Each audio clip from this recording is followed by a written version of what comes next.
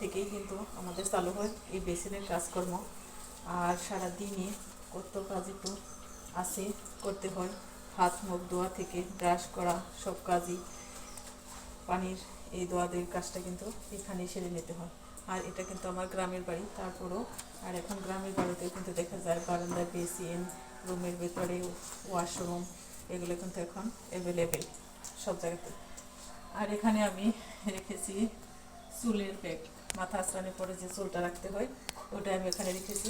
ছেলে এত বেশি দুষ্টামি করে, ঘরে কোনো জায়গায় রাখা যায় না, যার জন্য আমি এই জায়গাটা বেছে নিয়েছি।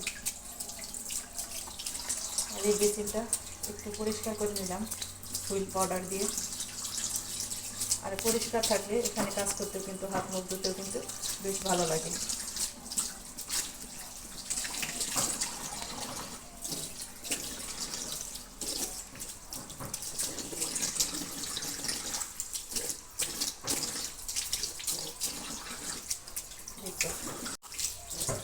যে কোনো কাজেই হাত লাগালে কাজটা সুন্দর, আর তা নাহলে এলোমেলো আর অনেক নোংরা। আর নিচে পানি পড়ে গেছে, এখন আমার পরিষ্কার করে নিতে হবে।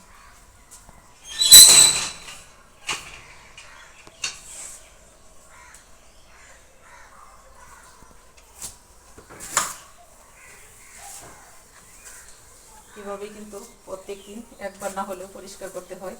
একটু হুইল পাউডার হাতে নিয়ে দেখা যায় যে একটু কষা দিলে রেগুলার পরিষ্কার থাকে, তা না হলে নোংরা লাগে নিজের থেকেও, আর এখানে এসে হাত ধুতেও তখন একটা ভালো লাগে না। আজকে সকালবেলায় আমি কাঁথা বের করে নিলাম, কারণ রাতে এত গরম লাগছিল, যার কারণে সকালবেলা উঠে আগে নামাজের পর আমি করেছি কি কম্বলটা আগে উঠায় রেখেছি, তারপর আবার আলমারি থেকে এই কাঁথাটা বের করে নিলাম। আমার কাছে বেশি ভালো লাগে কাঁথা পড়তে, আর গরমের দিনটা বেশি পছন্দের, যার জন্য কম্বলটা যত তাড়াতাড়ি উঠাইতে পারি আমার কাছে তত বেশি ভালো লাগে। আর সকালে মেয়ে, এখন প্রায় 10টা বাজে, খাবার দাবারের পর মেয়ে রুমটা ঝাড়ু দিয়েছে, রুমটা আজকে গুছিয়ে নিয়েছে। আসলে মেয়ে বড় হলে কিন্তু মায়ের কষ্ট কমে যায়, আর আমারও সেম, আল্লাহ রহমতে তাই। আর আমি এখন বিছানাটা একটু গুছিয়ে নিলাম আর কাঁথাটা বের করলাম। আজকের বাজারের ব্যাগে কি কি আছে? আজকে বাজারের ব্যাগে কোনো মাছ থাকবে না, শুধুই হালকা পাতলা কিছু বাজার আছে, শাকসবজির সময় আটা। আর এখানে আছে 3টা ফুলকপি, হ্যাঁ মানে ডিমনি রান্না, একটা মিষ্টি লাউ, মিষ্টি লাউ ছেলে মেয়ে খুব পছন্দ করে ভাজিটা, আর শসা, ডাল,